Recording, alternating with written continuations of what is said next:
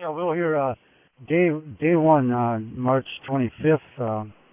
Got up early in the morning at Dave and Kristen's homestead on the Great Slave Lake. Crystal clear, calm, 18 degrees above zero. Just a beautiful morning. We spent about 3 hours getting things down to the plane. Dave used the generator to heat up the engine, got the engine going, and then we loaded everything on. Went in, had breakfast, checked the weather, and we took off probably around 10 o'clock, maybe 10:30. It was pretty uneventful, two and a half, maybe close to 3 hour flight. We flew low, probably 500, 700 feet above the ground, in a little small two-place Dave's. It was clear for the first about 150 miles, 125 miles, and we hit a cloud bank. Then that lifted a little bit. When we landed, pretty much near where I wanted to touch down on the divide, it was a little bit of whiteout at that time. Still not a bad temperature, around 10 degrees, a little windy. Got everything unloaded without any problem. And then Dave took off. So it was a farewell and another probably 80 days out here now. And it was a really great time at his homestead for 3 nights that I was there with his wife, Kristen. We spent a lot of evening time just talking, reminiscing, talking about friends that we knew.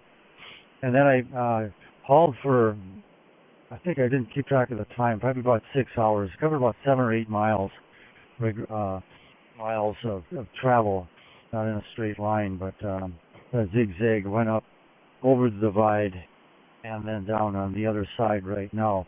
It whited out. It cleared out. It was just beautiful for a few hours, and it whited out, snowed. It's calm right now, about 10 above. I mean, just ideal temperature for setting up for the first time. There's always a lot of disorganization when you're first setting up, but I had plenty of time to set up. The tent is in pretty reasonable shape, and I'm heading south now for about 20 miles to pick up the canoe. I left the canoe last year on the Thelon drainage. I'll talk a little bit more about that tomorrow. But I'm heading south, opposite the direction I will be traveling in order to pick up the canoe. I should be there tomorrow on where I left it, and then I'll haul it back to where the plane landed. I left food and fuel, quite a bit of food and fuel where the plane landed, just cached it there. Then I'm returning. So traveling a little light. I have 2 plastic sleds that I'm hauling. It went pretty well today. It was a pretty good crust, a little bit of snow. Generally, I was on my feet most of the time, skiing a little bit, but it wasn't anything really too strenuous. First day, it was kind of great to get out and not really feel myself on the first day, and it was easy going. So, and I'll have an easy day tomorrow. I'll probably travel about 12 miles to where the canoe's at. Hopefully, the canoe's there. The only problem would be another grizzly finding the canoe, but I have it pretty well hidden in the trees and high up. The area is very remote where I left it. I don't think, there might have been a geologist at one time or another in that area, but I don't think many people have ever been in that area. So it's not a problem of people finding something. There's just simply no people around here. I'm 300 miles from the nearest village, north, south, and east. That's Yellowknife on the west.